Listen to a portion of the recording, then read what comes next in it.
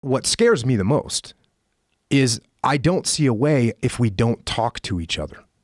That's where there's no solution. Because, look, for every 10 viral video that you see of a cop hitting somebody with a baton or a rioter throwing something through a window, for every 10 of those viral videos, there's another viral video that has, the guy with the free hugs t-shirt on that's out talking to the cops and saying, hey, I get it. And they're communicating with each other and talking. And when you communicate with people, it's just like a hostage rescue basic technique. You want to humanize. You want to humanize instead of dehumanize. And right now, we're just dehumanizing each other completely. And that's what scares me more than anything else, is if we can't talk to each other. Because, look, you take the most hardened soldier in war, some badass soldier that's done 4 deployments, 6 deployments, whatever, and you put him into a room with a kid and a mom, an Iraqi kid and a mom, or an Afghan kid and a mom, and you put him in that room and say, hey, sit here for 15 minutes and find out what they're about. Here's an interpreter. That guy's going to come out of there going, yeah, I get where they're coming from. And same thing, vice versa. You take a hardened jihadist and you say, hey, talk to this guy over here about what he's trying to do inside your country. Well, just talk to him. When you open up the communications, and are you going to get some extremists on both ends? Yes, you will. So maybe I shouldn't have said the most hardened soldier and the most hardened, because the most hardened soldier becomes a killer. That happens. It happens all the time.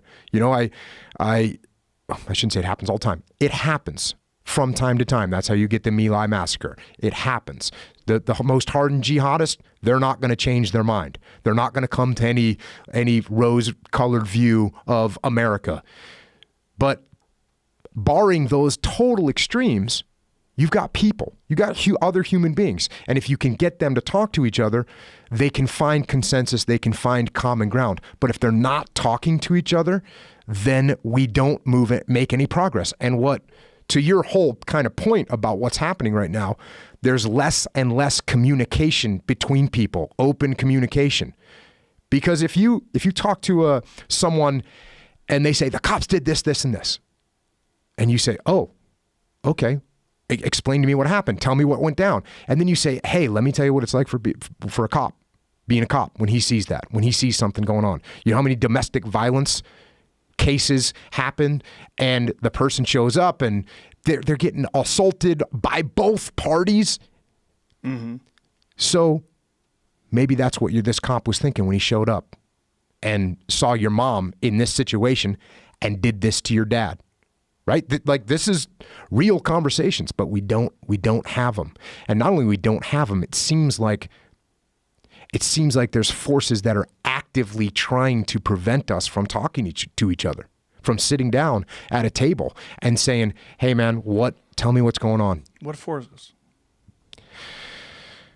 Who wants the country to be divided? It's the people that you're talking about earlier, that how do they score points? How do I score points with this group? How do I score points with the other group? It's by making everything as divisive as possible. It's horrible to watch, man. It's sickening to watch.